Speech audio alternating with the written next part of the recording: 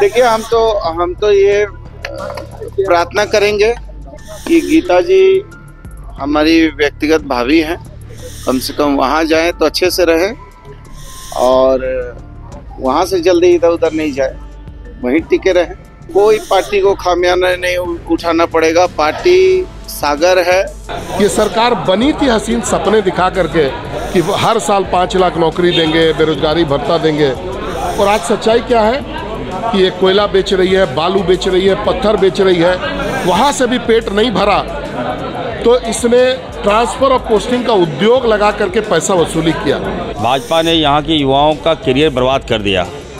सरकार हमारी है लेकिन तंत्र हमारे नहीं है, और निश्चित तौर पर अब उस तंत्र को हम लोग कंट्रोल करना चाहते हैं 2024 में।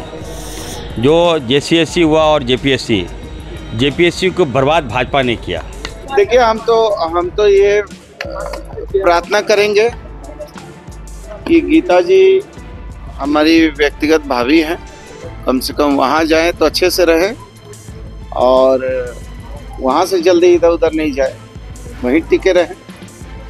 पार्टी को इससे खामियाजा उठाना पड़ेगा? कोई पार्टी को खामियाजा नहीं उठाना पड़ेगा, पार्टी सागर है और इतनी विशाल पार्टी है कि इस पार्टी में हम किसी को रस्सी से बांध के नहीं रख सकते हैं। विचार जिसके पार्टी के साथ हैं वो पार्टी में है, इसलिए उनको लग रहा होगा कि उनको शुरू से विचार नहीं मिल रहा होगा, या हो सकता है कि उनके पति हमारे बड़े भाई मधु कोड़ा जी कई मामले में, आप जानते हैं, उनके ऊपर कई मामले चल रहे थे। हो सकता है कि वहाँ जाने के बाद उनको राहत मिलेगी और राहत की खोज में वो गए होंगे। और भी कई लोग लाइन में हैं सर, और भी कई लोग लाइन में हैं। नहीं, जो लोग अब लाइन में राहत की खोज में जा रहे हैं, वॉशिंग मशीन में नहाने जा रहे हैं। सर, इसमें आपकी भी चर्चा हुई थी, आपकी भी चर्चा। अभी तक तो मैं यही हूँ ना। पिछला 4 साल जो इस सरकार का बीता है वो केवल और केवल आश्वासन में बीता है। हमको लगता है 7-8 हज़ार नौकरियाँ अभी तक मिली है, तो लाखों युवा जो है पढ़ लिख करके सड़क पर घूम रहे हैं, और इससे बड़ा मुद्दा आज कोई नहीं हो सकता। ये सरकार बनी थी हसीन सपने दिखा करके कि हर साल 5 लाख नौकरी देंगे, बेरोजगारी भत्ता देंगे, और आज सच्चाई क्या है कि ये कोयला बेच रही है, बालू बेच रही है, पत्थर बेच रही है, वहाँ से भी पेट नहीं भरा तो इसने ट्रांसफ़र और पोस्टिंग का उद्योग लगा करके पैसा वसूली किया। वहाँ से भी जब पेट नहीं भरा तो पहले जेएसएससी का घोटाला और अब पहले जेपीएससी का घोटाला और अब जेएसएससी में पेपर बेचने का मामला सामने आया है। लेकिन एक जो आरोप है, अभी वो जो जेएमएम के नेता कह रहे हैं, अभी तो उत्तर प्रदेश में भी जो पुलिस भर्ती की परीक्षा हुई इसके पेपर लीक हो गए, वहाँ आपकी सरकार है। इससे पहले जेपीएससी का जो है वो सीबीआई से आप लोगों ने किया, उसका कोई नतीजा निकल कर नहीं आया। तो ये तो राजनीति वाली बात है ना। बीजेपी जेएमएम सभी नेता, आप विधायक हैं, राजनीति कर रहे हैं, वो भी विधायक हैं, राजनीति कर रहे हैं। देखिए, युवाओं को कुछ मिल नहीं रहा। देखिए, सबसे पहले आपको ये समझना पड़ेगा कि मैं झारखंड का विधायक हूँ, मेरा दायित्व तो बनता है कि मैं झारखंड के मुद्दे को यहाँ करूँ। वहाँ के विधायक, वहाँ का विपक्ष इस बात को उठाए कि उत्तर प्रदेश में क्या हो रहा है, वो शोभा देगा। मेरा दायित्व तो बनता है कि झारखंड के युवाओं के लिए मैं लड़ूं। और आपने जानते हुए ब्लैक लिस्टेड लोगों को यहाँ पर एग्ज़ाम में लगाया था, जो आपके बिहार में ब्लैक लिस्टेड, जो कंपनी बिहार में ब्लैक लिस्टेड है, जो कंपनी तमिलनाडु कर्नाटका में ब्लैक लिस्टेड है, उसको आपने यहाँ दिया। तो मंशा तो आपकी वहीं से दिख रही थी कि आप कुछ गड़बड़ करना चाहते हैं, और अब आप उसको भटका रहे हैं कि यूपी में क्या हुआ। यूपी में क्या हुआ उससे झारखंड को क्या लेना देना है। यहाँ के युवाओं को न्याय चाहिए और हम लोगों को यहाँ पर सीबीआई से जांच चाहिए। झारखंड के युवाओं के लिए हम लोगों को न्याय चाहिए और न्याय तभी मिलेगा। और दूसरी ओर रही बात भाजपा की, तो भाजपा ने यहाँ के युवाओं का करियर बर्बाद कर दिया।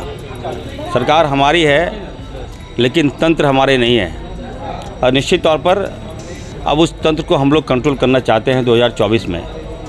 जो जेसीएससी हुआ और जेपीएससी को बर्बाद भाजपा ने किया। शुरुआत में घर का जो बुनियाद है, नींव है, उसको कमज़ोर कर दिया, युवाओं का भविष्य को बेच दिया इन भाजपाइयों ने, और ये नकली आंसू निकाल रहे हैं और धरना दे रहे हैं। आप सबसे मैं आग्रह करूँगा कि इनके बहकावे में मत आइए। छात्र छात्राएँ हमारे हैं, और आज सीएम से भी हम मिले थे, कि JCSE का जो एग्ज़ाम सब पेंडिंग है उसको जल्द से जल्द निकाला जाए, और जो अभी एग्ज़ाम होना है, तो जो एग्ज़ाम होना है ये लोग जानबूझकर, भाजपा के लोग जानबूझकर चाह रहे हैं JCL का जो एग्ज़ाम वगैरह होना है, भाजपा चाहती है कि और हम लेंदी कर दें, एग्ज़ाम ना हो। ठीक है, एग्ज़ाम में अगर गड़बड़ियाँ हुई है तो उसके लिए जांच एजेंसियां हैं, हमारी जांच काम कर रही है, लेकिन निश्चित तौर पर मेरा मांग होगा कि एग्ज़ाम जल्द से जल्द कंडक्ट कराए। इरफान जी दोबारा नहीं, CBI जांच की मांग कर रहे हैं। देखिए कहीं ना कहीं CBI जांच ये लेंदी प्रोसेस है, युवाओं का भविष्य को टालना चाहती है कि हम चुनाव में चले जाएं और ये आरोप हम पे लगे कि हमारी सरकार ने युवाओं के साथ सौतेला व्यवहार किया, उसका एग्ज़ाम कंडक्ट नहीं करवाया। अभी हमारा मांग है, बीजेपी अगर सच्चे दिल से चाहती है तो वो हमें समर्थन करे। हम चाहते हैं कि 15 दिनों के अंदर सारे एग्ज़ाम को कंडक्ट किया जाए और 10 या 15 दिन में रिजल्ट निकाला जाए। ये मांग होगा, भाजपा को ये मांग करना चाहिए। और CBI जांच, अब क्यों भाई CBI जांच? CBI जांच कीजिएगा तो फिर 2 साल बर्बाद हो जाएंगे हमारे छात्रों का। इसका जिम्मेवार कौन होगा?